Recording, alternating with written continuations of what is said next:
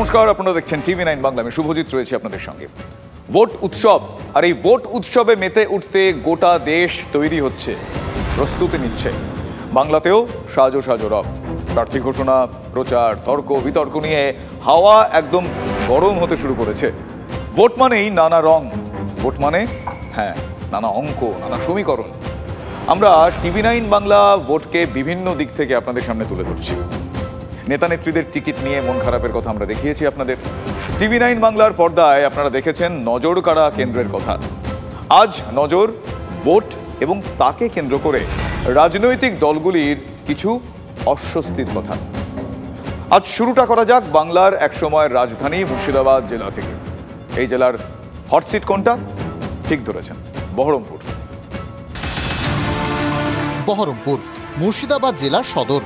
বহরমপুর নামটার সঙ্গে একটা নাম রাজনৈতিকভাবে একই সঙ্গে উচ্চারণ হয়, অধীর রঞ্জন চৌধুরী। 1999 সাল থেকে পরপর 5 বার সাংসদ নির্বাচিত হয়েছেন। বাংলা ও জেলার রাজনীতির পট পরিবর্তন হলেও বহরমপুর আসন অধীরের থেকে কেউ কাটতে পারেননি। এবার কি হবে? অধীরকে টেক্কা দিতে গুজরাট থেকে প্রার্থী নিয়ে এসেছে তৃণমূল। জোড়া বিশ্বকাপ জয়ী ইউসুফ পাঠান, জনপ্রিয় ক্রিকেটার, সঙ্গে সংখ্যালঘু মুখ। কিন্তু নাম ঘোষণা পর্ব থেকেই অস্বস্তিতে শাসক। সবার প্রথমে বিরোধীরা রেড়ে করে উঠল বহিরাগত ইস্যু নিয়ে। বাংলার কেউ নেই, গুজরাট থেকে কেন প্রার্থী আনতে হলো? প্রশ্ন তুলে তোপ দাগে বিরোধীরা।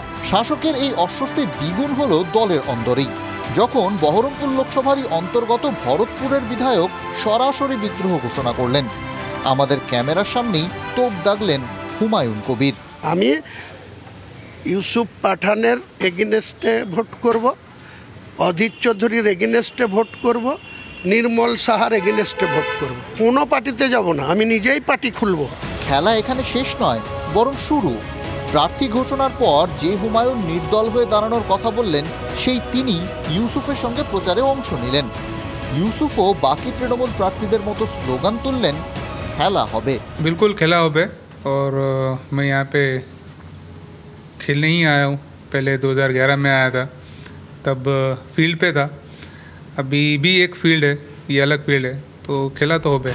মাঝের সময়ে হুমায়ুনের ক্ষোভ গোলে জল হয়ে গেল কিভাবে?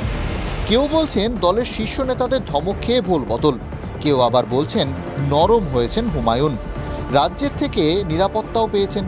কিন্তু আমাদের ক্যামেরায় অনেক কথার মাঝে একটা কথা বলে রেখেছেন তিনি, মুর্শিদাবাদের 30% ভোটে তার নিয়ন্ত্রণ। ইউসুফ পাঠানদের মতো খেলোয়াড় এক ওভারে ম্যাচের টান নিয়ে দিতে পারে। সে খেলা যেমন ম্যাচ ঘুরিয়ে দিতে পারে বা ম্যাচ জিতে দিতে পারে। আমরা মুর্শিদাবাদের পলিটিক্সে আমার ব্যক্তিগত ফলোয়ার আছে 20 থেকে 30%। যেদিকে আমি ভোট দিতে বলবো ঠিক সেই দিকেই ভোট ছাপ দেবে। শাসকের অন্তরের এই অস্বস্তি কনফিডেন্স বাড়িয়েছে অধীর চৌধুরীর। আজকালকার খেলোয়াড়রা সব টাকার বিনিময়ে খেলতে আসে। আমরা হৃদয় দিয়ে খেলা পছন্দ করি। টাকার বিনিময়ে খেলতে খেলতে যারা অভ্যস্ত হয়ে যায়, তারা মানুষের ভাবাবেগকে গুরুত্ব দিতে পারে না। স্লোগান দেখবে না, খেলা হবে, খেলা হবে। কী খেলা হবে? মানুষের মতামতকে নিয়ে খেলা হবে। বহরমপুর আসন ও অধীর চৌধুরীর মিথ ভাঙা শাসকের পাখির চোখ। লক্ষ্য পূরণ করতে চাই একমুখী লড়াই, কিন্তু দলের অন্দরের বিভাজন বড় অস্বস্তির কারণ হয়ে উঠতে পারে। যে বহরমপুর থেকে আসুন এবার একটু পাহাড়ের দিকে চোখ রাখি। লোকসভা কেন্দ্র দার্জিলিং। গত 3টি টার্মে চা বাগানের পাহাড়ে পদ্মফুল ফুটেছে। এবার কি হবে? পদ্ম শিবির কি খুব স্বস্তিতে? রাজ্যের শাসক দলের অবস্থাই বা কি সেখানে? কোনো তৃতীয় পক্ষ কি দুই ফুলের অস্বস্তির কারণ হতে পারে? অনেক প্রশ্ন, কারণ পাহাড়ের অঙ্ক নাকি খুব কঠিন হচ্ছে।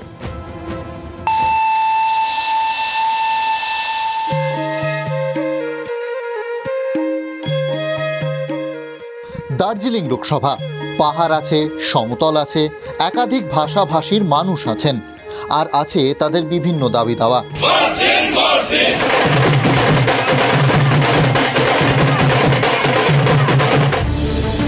কোনো একটা বিষয় বা একটা ইস্যুকে কেন্দ্র করে এই আসনে ভোট বৈতরণী পার করা যায় না।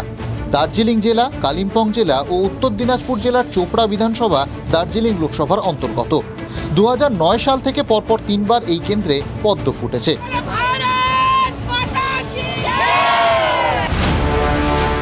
এবার কি হবে? রাজনৈতিক বিশেষজ্ঞরা বলেন, পাহাড়ের ভোটভাগ্য নির্ধারণ করে আঞ্চলিক দলগুলো। মোর্চা ভেঙে খান খান হয়ে গিয়েছে। একাধিক আঞ্চলিক দলে ভাগ হয়ে গিয়েছেন মোর্চার নেতারা। বিজেপি তৃণমূলের পাশাপাশি এই আঞ্চলিক দলগুলোর সমর্থন নিয়ে আসরে নেমেছে কংগ্রেসও। তৃণমূলের সঙ্গে আছেন অনিত থাপা, কংগ্রেসের সঙ্গে অজয় এডওয়ার্ডস ও বিনয় তামাং, বিজেপির পাশে জিএনএলএফ। গ্রাউন্ড রিপোর্ট বলছে, পাহাড়ের 11টি জনজাতির ভোট এবার ভাগ হয়ে যেতে পারে, যা বিজেপির পক্ষে মাথা ব্যথার কারণ হয়েও দাঁড়াতে পারে। পাহাড়ের যে মূল দাবি অর্থাৎ পার্মানেন্ট পলিটিক্যাল সলিউশন এবং 11টি জনজাতির শিডিউল ট্রাইব মর্যাদা, এই দুটোর কোনোটাই এখনও হয়নি। এই পরিস্থিতির মাঝেই বদলে গিয়েছে পাহাড়ের সমীকরণ। গত কয়েকটা ভোটে কার্যত পাহাড়ের ভোট একছত্র আধিপত্য ছিল বিজেপির, কিন্তু এবার সেই ভোট কার্যত 3টে শিবিরে ভাগ হয়ে যাচ্ছে। অনিত থাপার দল যেমন তৃণমূলের সঙ্গে থেকে লড়াই করছে, ঠিক তেমনি বিনয় তামাং মোর্চা ছেড়ে কংগ্রেসে যোগ দিয়েছেন। হামরো পার্টি অর্থাৎ অজয় এডওয়ার্ডরা কংগ্রেসের সঙ্গে আছেন। বিমল গুরুংয়ের গতিবিধি এখনও স্পষ্ট নয়। যারা পাহাড়ের সাথে সম্পৃক্ত নয়, পাহাড়ের জলবায়ু আবহাওয়া, পাহাড়ের মানুষের সাথে যাদের চলন বলন নেই, কথাবার্তা নেই, তারা ভোটের সময় ভোট পাখি হিসাবে আসে, কিন্তু পাহাড়ের মানুষের আবেগ, তাদের উচ্ছ্বাস, তাদের দুঃখ, তাদের বেদনা, তাদের ভাবনা, তাদের চিন্তা, তার সাথে তারা কোনোদিনই তাদেরকে একাত্ম করে দেখতে পারেনি। जब टीएमसी को पता था तो उन्होंने प्रयास क्यों नहीं किया? उनकी तरफ से पत्राचार क्यों नहीं हुआ? आज चुनाव के समय में जब उनके पास मुद्दा नहीं है तो हमारा मुद्दा लेकर के आप घूम रहे हो। आपने कुछ नहीं किया, ये आपका मुद्दा है। आपने क्या किया? 2024-এর ভোটে পাহাড়ের হিসেবে নতুন অঙ্ক যোগ করেছেন কার্শিয়াংয়ের বিজেপি বিধায়ক বিষ্ণুপ্রসাদ শর্মা। পাহাড়ের ভূমিপুত্রকে প্রার্থী হিসেবে না পাওয়ায় নির্দল হয়ে নির্বাচনে দাঁড়াতে চলেছেন তিনি। আমার প্রতিশ্রুতি জনগণকে যে আউটসাইডার ক্যান্ডিডেট আসলে আমি প্রতিদ্বন্দ্বিতা করব, আমি নির্বাচনে নামব। এবার জনগণের স্বার্থে, আমরা আলাদা রাজ্যের স্বার্থে আমি প্রতিদ্বন্দ্বিতা দিচ্ছি, আর আমি নমিনেশন ভরব। গত 3টি নির্বাচনে পাহাড়ে বিজেপির প্রার্থীরা বিরাট ব্যবধানে জিতেছেন। রাজনৈতিক মহলের মতে সেই ব্যবধান এবার বেশ কিছুটা কমতে পারে। প্রচার পর্বে শুরু থেকেই সবাই ঝড় তোলার চেষ্টা করছেন। টানা 3 বার জিতলেও এবার কিছুটা অস্বস্তি নিয়ে পাহাড়ে লড়াইয়ে বিজেপি, স্বস্তিতে নেই তৃণমূলও। পাহাড় থেকে এবার বরং সাগরের কাছাকাছি যাওয়া যাক। দার্জিলিং টু সন্দেশখালী, বসিরহাট লোকসভা কেন্দ্রের অন্তর্গত এই সন্দেশখালী বিধানসভা চলতি বছরের শুরু থেকেই খবরের শিরোনামে আপনারা জানেন। এলাকার শাসক দলের নেতাদের বিরুদ্ধে ওঠা একের পর এক মারাত্মক অভিযোগ তৃণমূল কংগ্রেসকে অনেকটাই ব্যাকফুটে ঠেলে দিয়েছে। অন্যদিকে এই সন্দেশখালীকে এবারের ভোটে সব থেকে বড় ইস্যু করে ময়দানে নামার বার্তা খোলা মঞ্চ থেকেই নেতাকর্মীদের সেই বার্তা দিয়ে দিয়েছেন স্বয়ং প্রধানমন্ত্রী নরেন্দ্র মোদী, যা তৃণমূলের অস্বস্তির অন্যতম কারণ বলা যায়। আবার বিজেপি প্রার্থী ঘোষণা করার পর সন্দেশখালীতে শোনা গেল বিদ্রোহের সুর, সেটা আবার পদ্মের অস্বস্তির কারণ।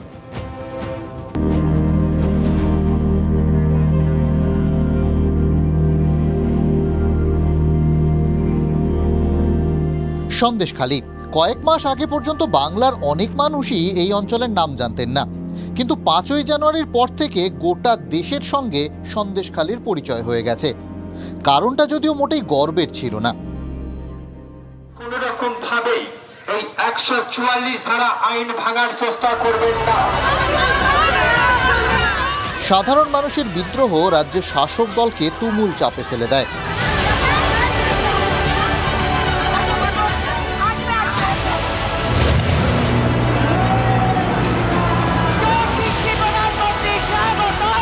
রাজ্যে ভোট প্রচারের প্রথম পর্ব থেকেই সন্দেশখালী নিয়ে সুর চড়ান স্বয়ং প্রধানমন্ত্রী।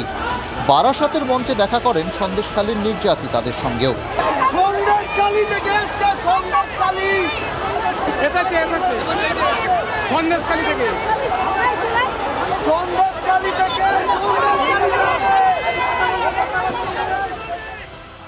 नारी शक्ति के आक्रोश का ये ज्वार संदेशखाली तक ही सीमित नहीं रहने वाला। সম্পূর্ণ বাংলাতে সন্দেশ খালির জড় উঠবে। এর মাঝেই বসিরহাট লোকসভা কেন্দ্রের প্রাক্তন সাংসদ হাজী নুরুলকে আরও একবার টিকিট দেয় তৃণমূল। আর দোলের আগের দিন প্রতিবাদী মুখ রেখা পাত্রকে প্রার্থী করে ভোটের বাজারে চমক দেয় বিজেপি। উনি হচ্ছেন ফেস অফ দ্য মুভমেন্ট, অনেকেই করেছেন, কিন্তু একটা সিম্বলিক ফেস থাকে। দুজনকে তো দাঁড় করানো যায় না, 5 জনকেও যায় না। মুভমেন্ট একা হয়নি, অনেকে মিলে করেছে। এটা ভারতীয় জনতা পার্টিতেই সম্ভব। রাজনৈতিক বিশ্লেষকরা মনে করেন রেখা পাত্রকে প্রার্থী করে বিজেপি গোটা ভোট পর্বে সন্দেশখালী ইস্যুকে জিয়ে রাখতেই এই সিদ্ধান্ত নিয়েছে, যা ভোট পর্বে শাসককে অস্বস্তিতে ফেলবে। সন্দেশখালী শেখ শাহজাহান তো অ্যারেস্ট হয়েছে, কিন্তু প্রত্যেকটা ব্লকে ব্লকে যে শেখ শাহজাহান ভাই বসে আছেন তাদেরকেও যাতে উপযুক্ত শাস্তি দেওয়া যায় সেই ব্যবস্থাটাই করব। কিন্তু ভোটের অঙ্ক এত সহজ নয়। প্রার্থী ঘোষণার পরেই বিদ্রোহের সুর ওঠে সন্দেশখালীতে। অনেকেই রেখা পাত্রকে প্রার্থী হিসেবে মানতে নারাজ। যে নিজের নাম ঠিক করে সই করতে পারে না, স্টেজে উঠে লোকের ভরসা দেবে কি করে? আমরা সবাই পরিশ্রম করেছি বলেই ওনাকে আজকের এই পথে দাঁড় করানো হয়েছে, নইলে ওনাকে দাঁড় করানো হতো না। ওই রকম প্রার্থী আমাদের দরকার নেই, প্রার্থী হবে আমরা পাল্টিয়ে দেবো। এই বিদ্রোহে অস্বস্তি কিছুটা হলেও বাড়ে বিজেপির। 24 ঘন্টার মধ্যেও যদিও ড্যামেজ কন্ট্রোল করা গেছে। গতদিনে যেটা হয়েছে, যে ভিডিওটা হয়েছে, তার জন্য আগে আমি রেখার কাছে ক্ষমা চাইছি। ছিল অন্য কেউ, অন্য কোনো পার্টির থেকে আমাদেরকে ভুল বোঝাচ্ছিল, ভুল বোঝানোর পরে এটা করেছি। আজকের রেখার কাছে আমরা ক্ষমা চাইছি। ড্যামেজ কন্ট্রোল হলেও অস্বস্তি কাটল কি? সন্দেশখালী এবারের লোকসভা ভোটে বাংলার ইস্যু, কিন্তু ভিন্ন ভিন্ন দুই কারণে দুই ফুলেই আছে অস্বস্তি।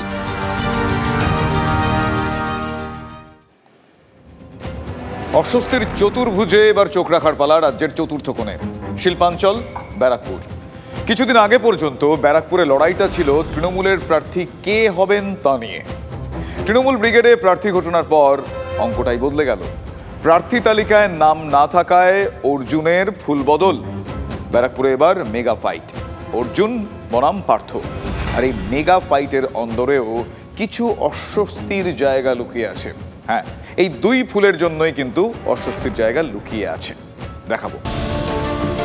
ব্যারাকপুর কেন্দ্র নিয়ে রাজনৈতিক উত্তাপ নতুন কোনো ঘটনা নয়, এটা বহু বছরের ট্রেন্ড। গতবারের লোকসভা ভোটে বিজেপির টিকিটে সাংসদ অর্জুন সিং, তারপর ফুল বদল করে আবার তৃণমূলে ফিরলেন। লোকসভায় টিকিট না পেয়ে আবার বিজেপিতে ফিরলেন। ব্যারাকপুরে অর্জুন একটা ফ্যাক্টর, একাধিক প্লাস ও মাইনাস পয়েন্ট আছে। অর্জুনের প্লাস পয়েন্ট তৃণমূলের কাছে অস্বস্তির, যেমন অর্জুনের ভোট কৌশল, অবাঙালি ভোট ব্যাংকে তার প্রভাব। ইঞ্চি ইঞ্চিতে বুঝিয়ে দেব আমরা কি 2021-এ যে মানুষের উপরে অত্যাচার, পোস্ট পোল ভায়োলেন্স, সবটাই মানুষ তার জবাব ব্যালটের মাধ্যমে দিয়ে দেবে। অর্জুন হুঙ্কার দিচ্ছেন, কিন্তু অর্জুনের বিজেপিতে ফেরা এবং ফের টিকিট পাওয়া নিয়ে কিছুটা হলেও অস্বস্তি আছে গেরুয়া শিবিরের অন্দরেও। বারবার দলবদল সাধারণ মানুষ কিভাবে নেবেন সেটাও যে একটা ফ্যাক্টর, যা হাতিয়ার করে আসরে নেমেছে তৃণমূল। ব্যারাকপুরের মানুষ সকালে দল, বিকেলে ও দল, এগুলো পছন্দ করে না। তখন মানুষ মনে করে যে এই লোকটা বোধহয় ব্যক্তিগত স্বার্থের জন্য দলবদল করে, মানুষের স্বার্থের জন্য না। ভোট নিয়ে তরজা ছিল, আছে, ভবিষ্যতেও থাকবে। ভোট নিয়ে লড়াই ছিল, আছে, ভবিষ্যতেও থাকবে। আর এই সবের মাঝেই থাকবে স্বস্তি অস্বস্তির ব্যালেন্সের খেলা। যারা ব্যালেন্স রাখতে পারবেন তারাই করবেন বাজিমাত। Bureau report, TV9 Bangla.